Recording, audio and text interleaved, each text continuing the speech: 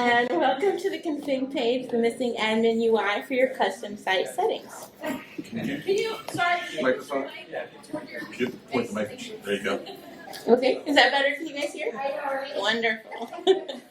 Hi, I'm Anna Femath. I'm a senior front-end engineer at Bixel. I've been working with Drupal for over 10 years, since way back in the Drupal 6 days. I focus on user experience, accessibility, and front-end architecture, and I really try to focus on meeting the user and giving them value, whether they are on the front or the back end. So like your content creators or your public users.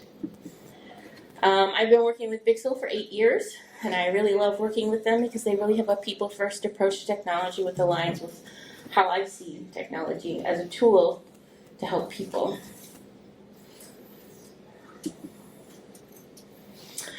All right, let's start with why we're here. So government websites have to do kind of an awkward dance. They have to give a lot of groups of people the flexibility to make updates on the site, but they need to keep the wrong hands away from the dangerous settings. So without the right tools, giving someone edit access can kind of feel a lot like handing them a big red button that will blow up their site. Our job is to give them the tools that they need, without also giving them the option to blow up the site. So let's talk about what these people want, what they're looking for. So often on one hand, you have your content managers. These people need to make changes quickly without tech support. They don't want to put in a ticket. They want a simple UI with structured fields. They want to reuse content across the site in multiple ways, and they just want fast, low-friction changes. They just want the difficulty. For admins, developers, and security, they need granular permissions that follow the least privileged access principles. They don't want exposure to risky settings. They want to reduce reliance on custom code that can break. And they want to provide tools and resources to reduce confusion and prevent user error. Enter the config pages module. This module provides a user-friendly interface to manage site-wide settings. It's easy for editors and safe for administrators. What is the config pages module? This is a module that allowed us to create custom admin pages right within the Drupal UI. It has a familiar UI to build forms. It works just like creating content type or a block type, but for settings. This is for configuration. You can leave behind the custom-coded admin forms, and out of the box, it allows us to limit access to settings based on permissions, and lets us create simple, clean configuration interfaces. What else do I need to know? So, some of the major underlying principles here are config page settings are stored in configuration, not content. So they're exportable. Pages live in the admin UI where you want them to. For example, under structure or content or people. So you can put these settings where they belong. Values or settings can be used in templates and pre-processed functions or in custom code, and can also be used as tokens, which we will definitely be getting into later.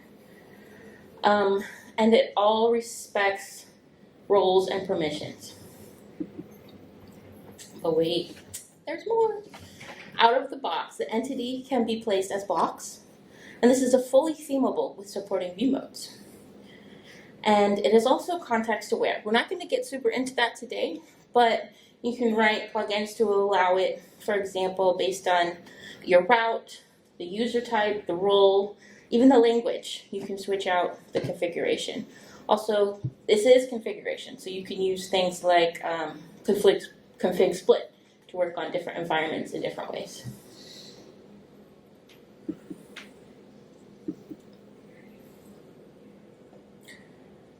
All right, so why not use content types or blocks or, custom code? So blocks and content type are built for content. They're not built for configuration. They tend to overcomplicate things, or for content editors, or introduce risk. Unlike content entities like nodes, config pages are designed for global settings that don't apply to the entire site, or you can make them apply to specific sections of the site. And they're exportable as part of the site's configuration.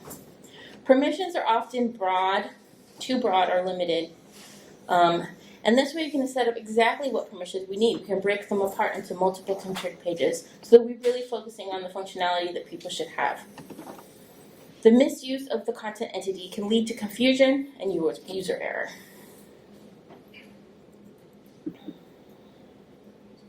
So that was a lot. I know we front-loaded a lot of information here, but let's look at some examples and really explain the power of config pages. All the demos that we're going to look at today use USWDS, but you don't need to use USWDS for this. So I'm just going to walk through how you create a config page, and this should look completely familiar. So if you've ever made a content type or a block type, this process is the same. It's the same flow, but the options are slightly different with config pages.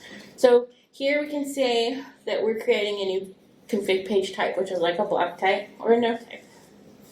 We can go ahead and name it, and then we have the option to expose this as tokens automatically right outside of the box. Then we can choose where it should live in our configuration. So this is where we would set up that it shows under the people, or it shows in system settings. We go ahead and add our fields, just like anything else you've seen, and you manage the display and the form display. I'm not going to go into details here. Everybody's seen this before. You've all made a content type. I just want to show you some use cases. So I'm going to start with the first use case, which is a site-wide alert banner. So this is a common request that you've seen if you've worked on a government website. This is for managing closures, emergencies. You need to put something top and center of your site. Instead of using a contrib module, we will just write a quick config page with fields. Editors can update it quickly without full access, anytime, day or night. And one important thing about this kind of configuration is this permission you might need to give to somebody who never touches the site for anything else. They're just one role, maybe they're an HR or somebody else that you need to be able to access, and they could put one of these really important items up there. But you don't want to give them anything else. We create the entity, and we add the fields. And this I already did for you, and here you can see what we have is we're going to have a simple entity where we can choose if this is active or not, what type of alert we're displaying, a heading, and a body. And this is simple. If you look at USWDS, there are additional options. Is it thin or fat, or does it have different things? So this is just a super simple version of that. This looks and feels like Drupal. So anybody who's edited content can manage this. Next, we want to show this on the head of each page of the site. We're going to use a block to do that. So config pages exposes each configuration entity as a block. So here we can see that we're adding that on the block and placing it on the block. You have all your typical block settings, but then you have some additional ones. You can choose the configuration page that you want to generate the block for. So if we have a whole, that we're looking at site alerts here, so you can see we're choosing the one that we show. And then, because it's an entity, you can choose the view mode. So you could have multiple versions of the same block. Next, we add our permissions. They're pretty straightforward. We're setting this up so that anonymous users can see it, and content editors, or our special new alert manager, that all they can do is manage alerts, can work on this. So we set up, and there's permissions for them. And if the user only does this one thing,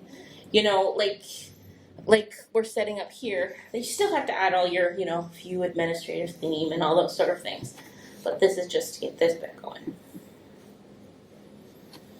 Now, when the new alert manager logs in, they will see the alert configuration appear in the menu structure where you set it up. In this example, is a little bit less impactful since they only have one item. But if you create configuration, for example, for a site manager, then you can place it directly into the admin section where it makes sense. Now the configuration is set up and it's time to do some theming. After you place the block on the page, you have your regular block template suggestions, but inside that you also have your config page template suggestions. You can target a specific page, or you can target a specific display. When theming the config page, you use the content variable, just the same as you would on a node.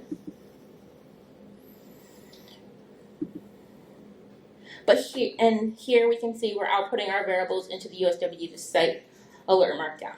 It's just straightforward, and this is the expected way that you would see any node to work. There's no surprises here. But I do want to go on a little tangent. Config pages has a little superpower. You're not limited to the config page template. You can output your config page fields into any template. So using this function, the config pages field, you can choose which config pages you're using, you choose which field you're outputting, and then which display mode. So this is available everywhere. So if you want to place it in the header of the site, in the footer of the site, on any node within the site, you have this available to you everywhere. And here it is. This is our site alert. It was built from the ground up. Special alert editors can change it anytime, and it's simple and easy. We build a configuration for just this one specific purpose. Now let's see if we can create a content configuration that can be reused across the site. Let's take a look at content info. So every site has content info. This info is used in various places. It's in the footer, it's on the about page, it's inside blocks, it's on content.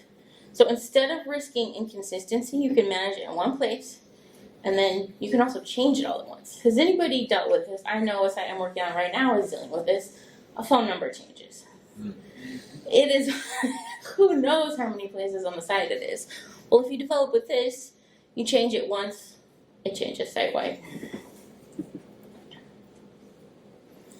So I set up a new config page that stores some structured content details. It's got the organization name, address, a phone number, but you can have your social media links, heck, your fax number, whatever it is that you have as content that's site-wide. And this is where the token module comes into play. Config pages can automatically expose their fields as tokens. So we saw that earlier when we were setting up a new config page. You just choose the checkbox that says expose the values as tokens. So this means we can reference our contact info anywhere tokens are supported. Here's an example of some of the tokens that are available to us. But we need one more thing to get started and make this impactful for our content creators. The token filter module. So the token filter module lets us use tokens directly within our text fields. So here we have an example of working on an about page and building out an about page.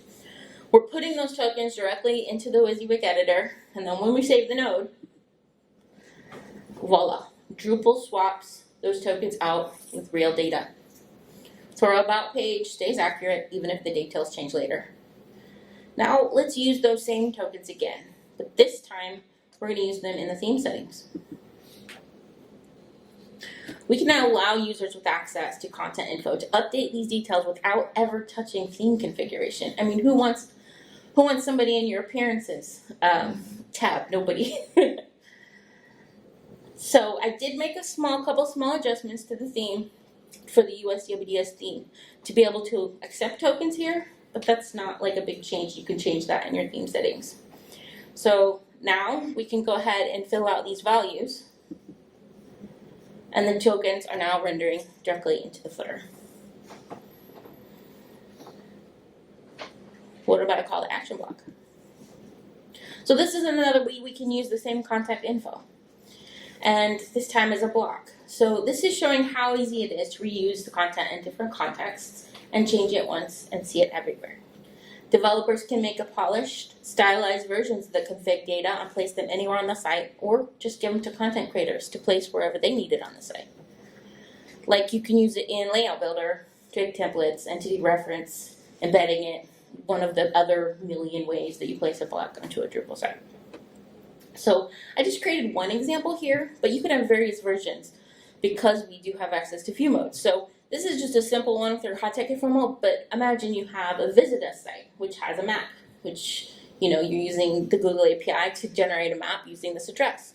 Or imagine you have a sidebar widget, or a small version that you just want to pop onto different pages, like an event. There are dozens of ways to use this module, some practical and some pretty clever. I'm not going to go into each one. I'm just going to take a quick look at some of these. This is kind of a brainstorm. This is an inspiration. So boilerplate text, stuff like disclaimers, common blurbs, they get pasted everywhere. Why not make those central? Environmental-based toggles, turn things off and on for dev versus prod, like hiding beta features. This can allow you to deploy something and let the content team turn it on when they're ready. Highlighted content. You can allow editors to handpick content such as news, resources, or events by selecting it in an entity reference field on a config page. So then that displays as cards or lists or teasers or any style. One-off pages like the homepage. So often the homepage, you need structured content, but it's different from everywhere else in the entire site. You don't need to reuse that. So making a content type for that seems, you know, like overkill, and you always end up with the client who's like trying to make a second version of the homepage or something. So this way you're creating this one thing, this is a one standoff entity that doesn't confuse your users.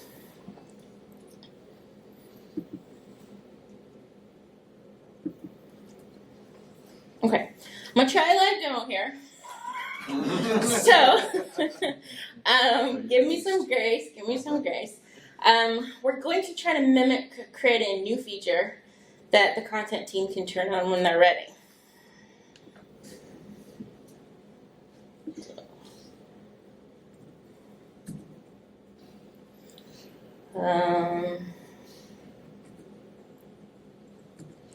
I think I need to switch my display.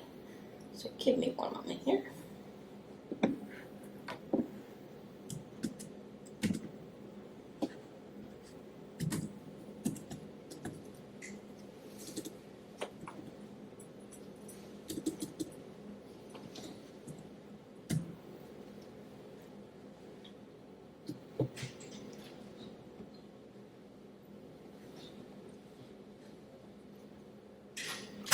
Insert Jeopardy theme. I look like I'm having a little problem with this. Okay. So I guess we will just talk through it. Because I am not getting this option. I'm going to try to move it over to that screen. Okay, let's see if we can do that. Oh, this is fun. Alright. This is so awkward.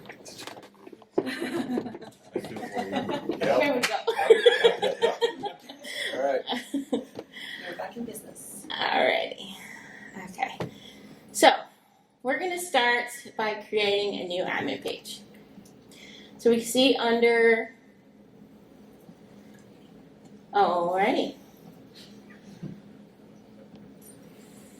Uh-oh. It doesn't look like it's connected to Wi-Fi. Yes, I turned the Wi-Fi off because I'm not online, so there's no reason for Wi-Fi to be needed. Alright, so we're just going to talk through it, I guess? Yeah, you never. Yes.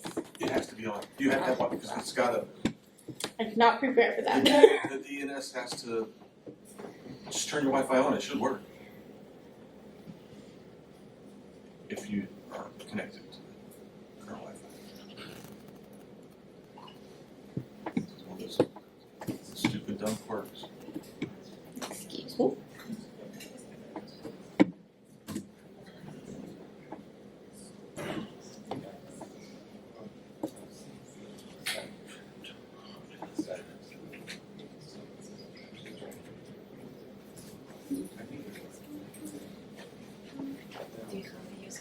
Yeah, I have to.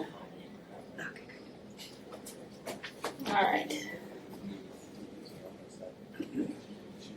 I knew I should have made a video. challenges in that either. So. Alrighty.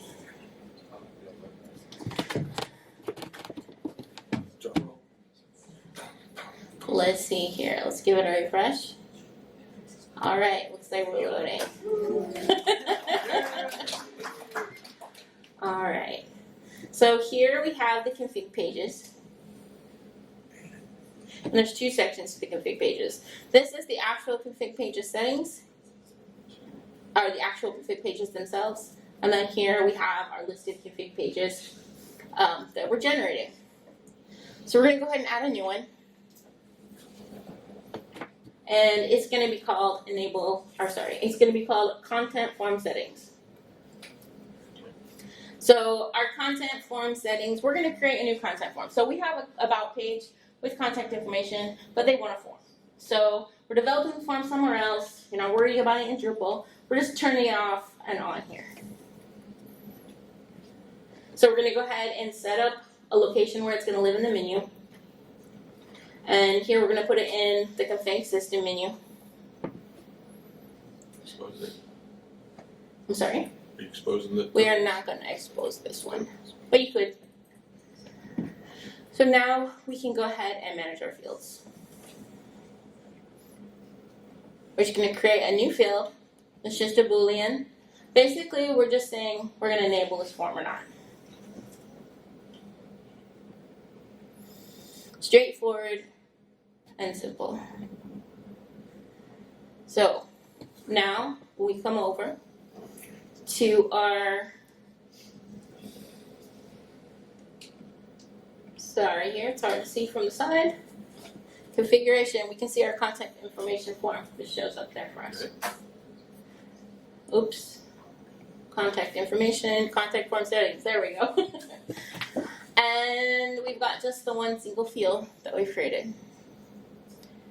We're going to go ahead and place that onto the page. Straightforward in our block menu, we're going to come down to content. And we're going to place the config pages block. So you see we have the expected settings. We don't want to display this title. And we're going to choose the config contact form settings.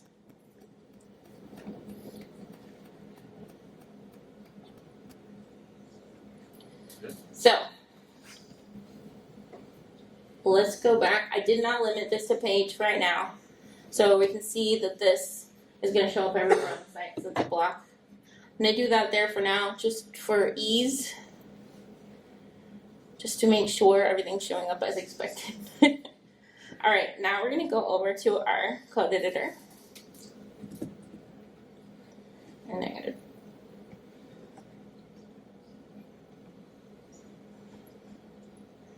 And so we have our config pages contact form settings. This is the template that you get out of the box. I just created a copy of it. We're going to go ahead and update it though, and we are going to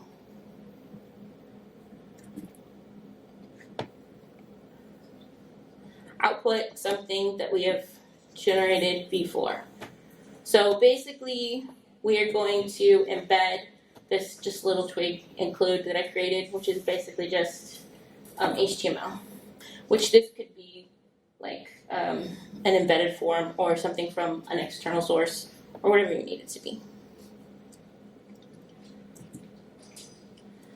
Let's, for safety, clear our caches.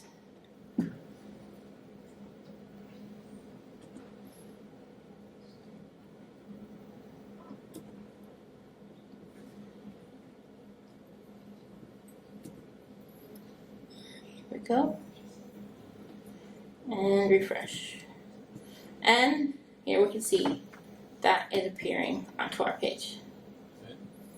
And now we can easily pass this to any content creator. Feature is ready to go. They can turn it on and off as well, and we can take a look at what that looks like. So there we go to your configuration, contact form settings, disable it, and now the form. no longer displays. I have a question. Yes.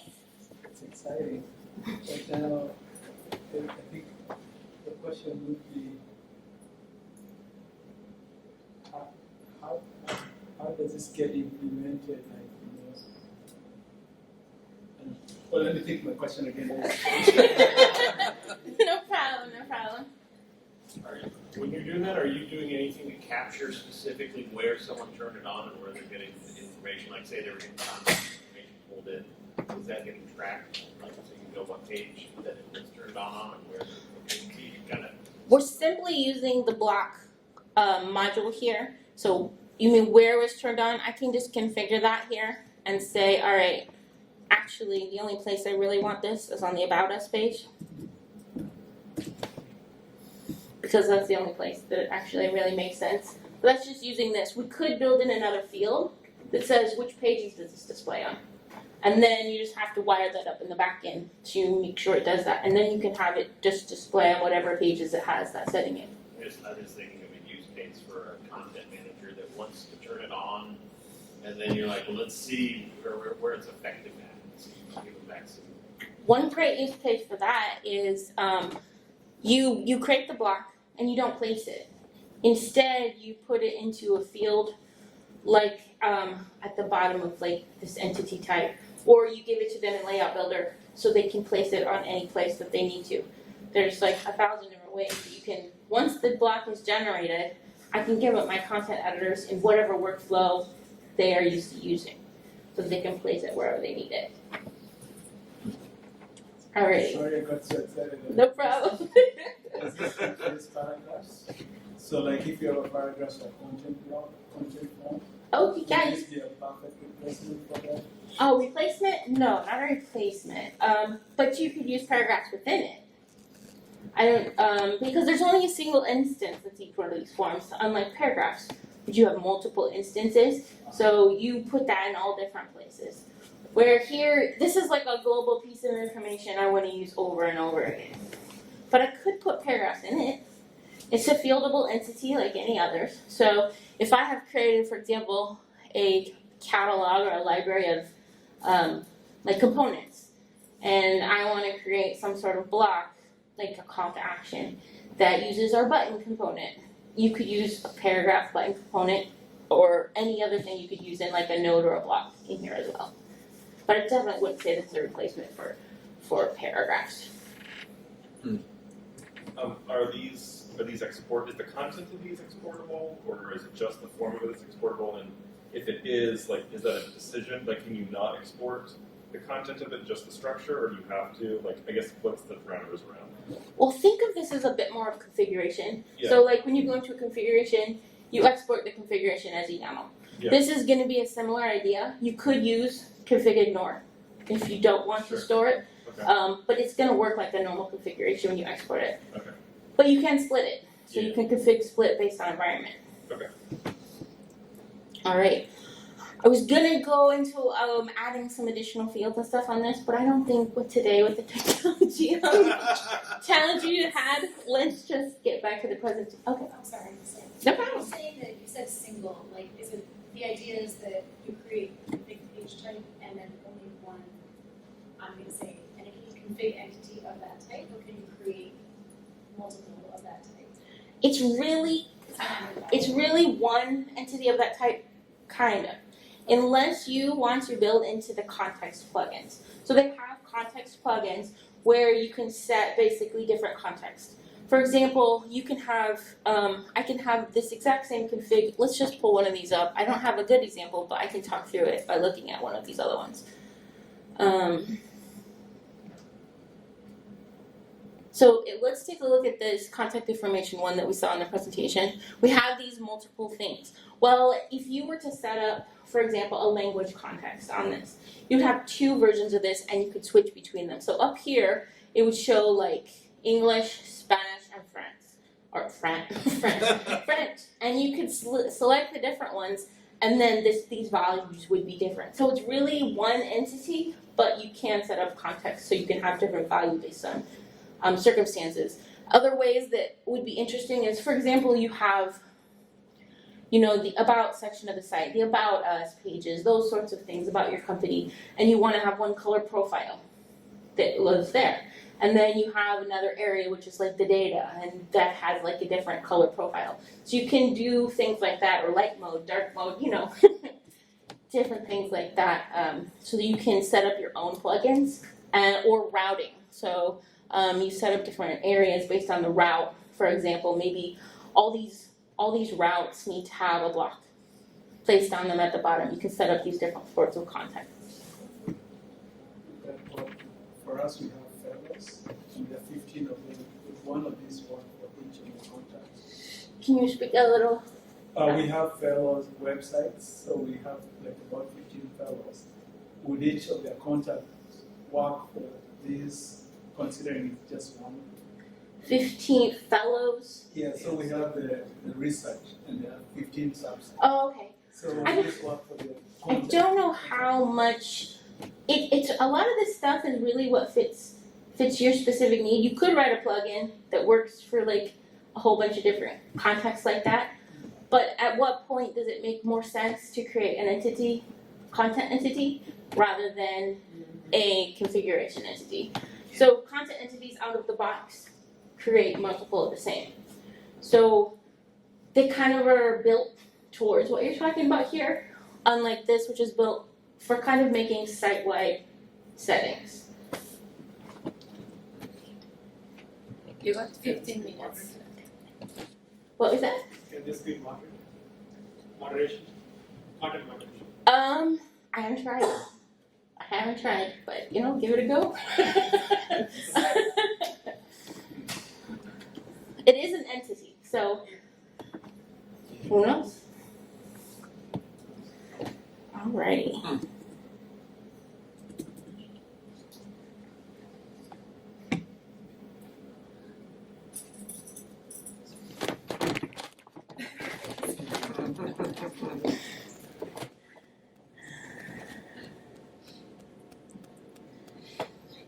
Alright, so why config pages? I think we've covered a lot of this, but we're just saying it's editor friendly. Editors can update without summoning a dev. You can lock it down. The permissions keep risky stuff out of the wrong hands. You can reduce, reuse, and recycle and turn one source of truth into blocks, templates, or custom code. And you get a speed boost. Changes happen fast without the ticket to backlog dance. The bottom line is config pages gives you happy editors, chill developers, and a safer site. And I think we might have done the questions already. But if anybody has any other questions? So go back to your example of like the announcement or the alert, whatever it was. Why one? I'm just trying to wrap my mind around why not just like an alert content type that you can make multiples of and use them, reuse them. That's definitely a way of doing it. So what's the argument for the use case of doing it this way versus like making a content type? So for this use cases, you only ever have one. You only have one. Okay. So I never want my users to put two alerts at the top of the site. It pushes the content way down. They need to write their content together, and they need to put it into one site alert or something like that. But you can also make it so they can put multiple site alerts. So it's just think of it like if you created a paragraph, which was the site alert, you could repeat it there as well. Just like you could create a list of cards or a list of any entity type. This just stores it in your configuration as well. That use case probably isn't as popular or as needed to store that into configuration, but it might be. Depends on your use case. A lot of the stuff is entities. So they're entities. What makes sense for you? It reminds me a little bit of how just your site information form is. That's just one go item, and it can be shared with different places. Yeah. Being reminded of everything.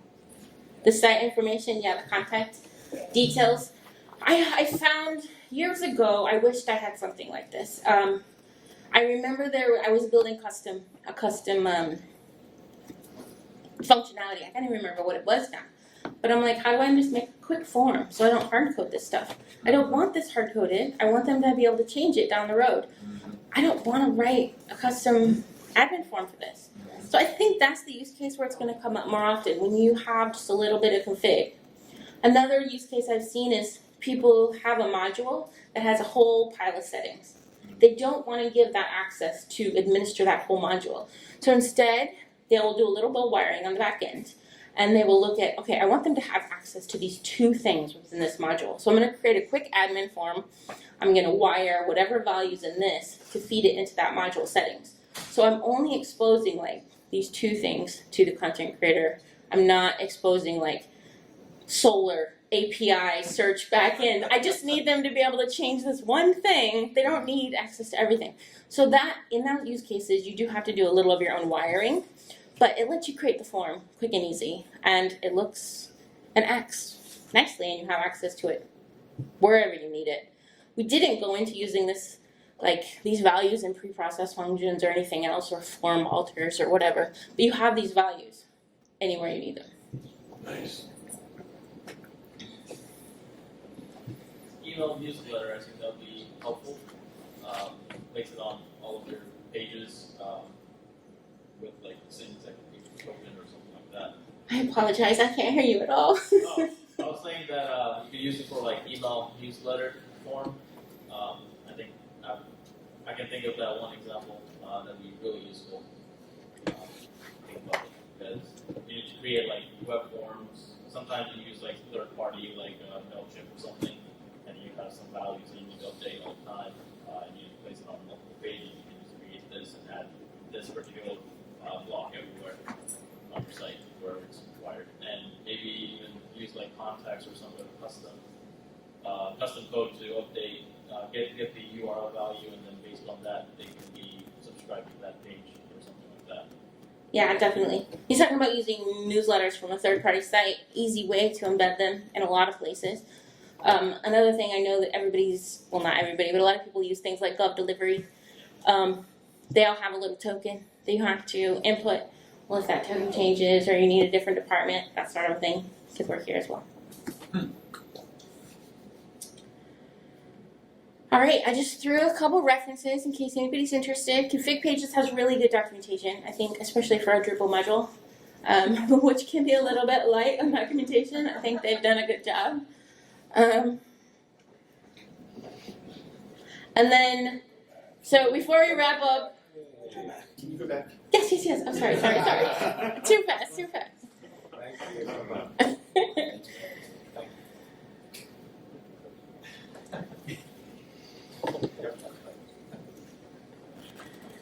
All right.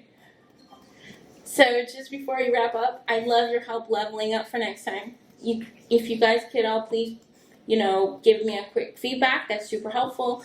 And you can all just say, practice switching between displays beforehand. That's fine, I don't mind. It's really short. It's like 2 questions or something, so I really appreciate it. And I think I will let you guys all go a couple minutes early unless we have any additional questions. Well, thank you for joining us today.